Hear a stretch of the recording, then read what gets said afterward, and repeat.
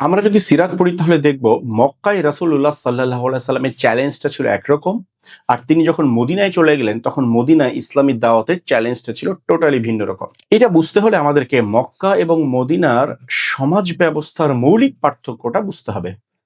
মক্কা ছিল মূলত বাণিজ্য ভিত্তিক একটা নগরী, ঠিক আছে? এবং এই কারণে তাদের মধ্যে একটা যে মানে বাণিজ্যের কারণে তাদের যে জীবনযাত্রা উন্নত মানের ছিল, হ্যাঁ? সেখান থেকে তাদের কিন্তু একটা আত্মম্ভরিতা বা একটা আমরা বলতে পারি শ্রেণী বিভাজন, এটা কিন্তু খুবই তীব্র ছিল।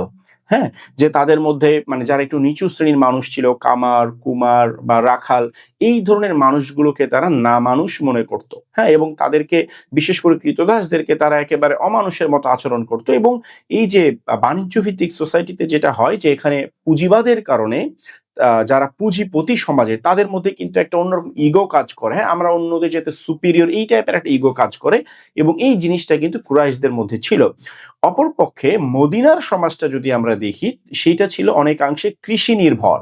ঠিক আছে? হ্যাঁ, কিছু মানুষ বাণিজ্য করত, ইহুদিদের কিছু স্বর্ণালংকার বিজনেস ছিল, সেটা ডিফারেন্ট। বাট মোটা দাগে মদিনার সমাজটা ছিল কৃষি নির্ভর এবং এই কারণে এখানে মক্কার মতো কোনো পুঁজিপতি শ্রেণী ছিল না, কিংবা এমন কোনো শ্রেণী ছিল না যারা নিজেদেরকে অন্যদের চাইতে সুপেরিয়র মনে করত। ঠিক আছে? হ্যাঁ, ইহুদিরা তাদেরকে শ্রেষ্ঠ মনে করত আহলে কিতাব হওয়ার কারণে। তারা মনে করত শেষ নবী আমাদের মধ্যে আসবে এবং আমরা তা শেষ নবীকে নিয়ে তোমাদেরকে যুদ্ধ করে মদিনা থেকে বের করে দিব, এরকম কিছু থ্রেট দিত আওস খাজরাজকে। কিন্তু এটা বাণিজ্যের কারণে সুপিরিয়রিটি ছিল না, বা ধন সম্পদের কারণে কোনো সুপিরিয়রিটি ছিল না। ঠিক আছে? সো ফার্স্ট পার্থক্যটা আমরা দেখলাম, মক্কার সমাজ ব্যবস্থা ছিল বাণিজ্য নির্ভর এবং এর কারণে একটা ইগো এবং সুপিরিয়রিটি কাজ করত, হ্যাঁ, সমাজের উচ্চ শ্রেণীর মানুষের মধ্যে। কিন্তু মদিনার সমাজ ছিল কৃষি নির্ভর, এই কারণে কোনো সুপিরিয়রিটি তাদের মধ্যে ওই অর্থে ছিল না। দ্বিতীয় পার্থক্যটা হচ্ছে যে মক্কার শাসন ক্ষমতা ছিল মূলত অভিজাত শ্রেণীর হাতে। প্রথম পয়েন্টে যেটা বললাম, এবং তারাই কিন্তু মক্কার মূল শাসনটা কন্ট্রোল করত। এবং যেহেতু এখানে একক জাতিসত্তার নগরী ছিল এবং ধর্মীয় একটা ঐক্যমত্য ছিল তাদের মধ্যে, যে সবাই মুশরিক। হ্যাঁ, এখানে এখানে আহলে কিতাবদের ওইরকম বিচরণ ছিল না, বা অন্য ধর্মের মানুষ তেমন ছিল না। কিন্তু মদিনার সমাজটা ছিল কিন্তু মাল্টি ডাইমেনশনাল। এখানে যেমন মুশরিকরা ছিল, এখানে ইহুদিরা ছিল, এখানে সীমান্তবর্তী অঞ্চলের বেদুইনগুলো ছিল। সো বিভিন্ন জাতিসত্তার মানুষ কিন্তু মদিনাতে ছিল এবং এই কারণে মদিনায় কোনো ধর্মীয় ঐক্যমত ছিল না। যেই কারণে মদিনার শাসন ব্যবস্থাটা ছিল ব্যালেন্সড এবং তারা ধর্মীয়ভাবে মক্কার লোকেরা যেমন অসহিষ্ণু ছিল অন্য মতের প্রতি, মদিনার লোকেরা অন্য মতের প্রতি কিন্তু তুলনামূলকভাবে সহনশীল ছিল। হ্যাঁ, ধর্মীয় যে আমরা বলতে পারি গোঁড়ামি, হ্যাঁ, বা বাপদাদাদের ধর্ম কোনোভাবেই পরিত্যাগ করা যাবে না, এই যে একটা আহ অন্ধ বিশ্বাস, এই বিষয়টা মদিনার সোসাইটির মধ্যে ছিল না। তৃতীয় যে পার্থক্যটা মক্কা এবং মদিনার সমাজের মধ্যে, সেইটা হলো মক্কার মানুষ, তাদের ধর্মটা ছিল তাদের একটা দুনিয়াবি কিছু উপার্জনের মাধ্যম। হ্যাঁ, তাদের বাণিজ্য, সমৃদ্ধি, তাদের অর্থনীতি, এগুলোর মাধ্যম হিসেবে তারা ব্যবহার করত।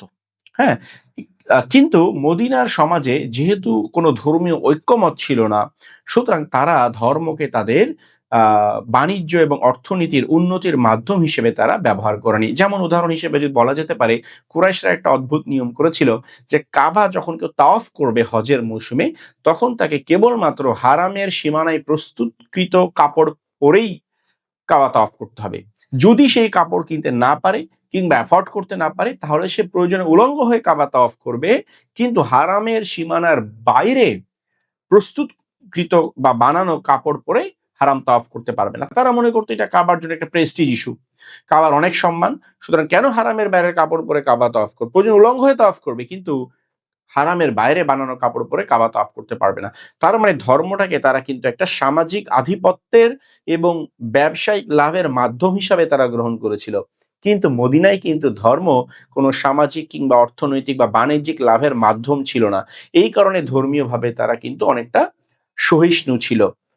এবং সর্বশেষ যে পার্থক্য মক্কা এবং মদিনার সোসাইটির মধ্যে, সেটা হচ্ছে মক্কার কৌশলগত শত্রু ছিল মূলত বাহ্যিক হ্যাঁ, বহিঃশত্রুর আক্রমণে তারা সবসময় ভয়ে থাকতো এবং এই ভয় থেকে কিন্তু তাদের মধ্যে একটা অন্তর্গত যে ঐক্যমত সেটা ছিল, বা গোত্রীয় যে একটা ঐক্যমত এই বিষয়টা ছিল। হ্যাঁ, তাদের নিজেদের মধ্যে টুকটাক বিষয়ে প্রায় ঝগড়া এবং ছোটখাটো যুদ্ধ লেগে থাকতো, কিন্তু তাদের নিজেরা মূলত তারা একতাবদ্ধ ছিল বহিঃশত্রুর আক্রমণের ভয়ে।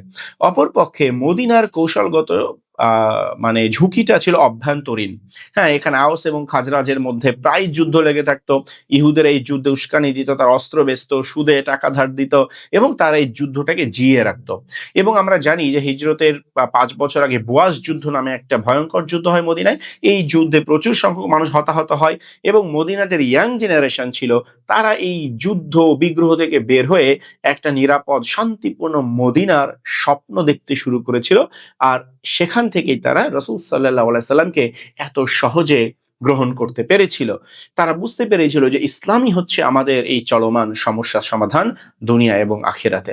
তাহলে আমরা এই ভিডিওতে মক্কা এবং মদিনার সমাজের ৪টা মৌলিক পার্থক্য বুঝলাম, এবং এই ৪টা পার্থক্য বুঝতে পারলে কিন্তু সিরাতের অনেকগুলো দিক বোঝা আমাদের জন্য ইজি হয়ে যাবে। রাসূল সাল্লাল্লাহু আলাইহি সাল্লামের অনেকগুলো সিদ্ধান্তের পেছনের কারণ এবং তার অনেক স্ট্র্যাটেজি বোঝার জন্যই এই পার্থক্যটা বোঝা খুবই জরুরি।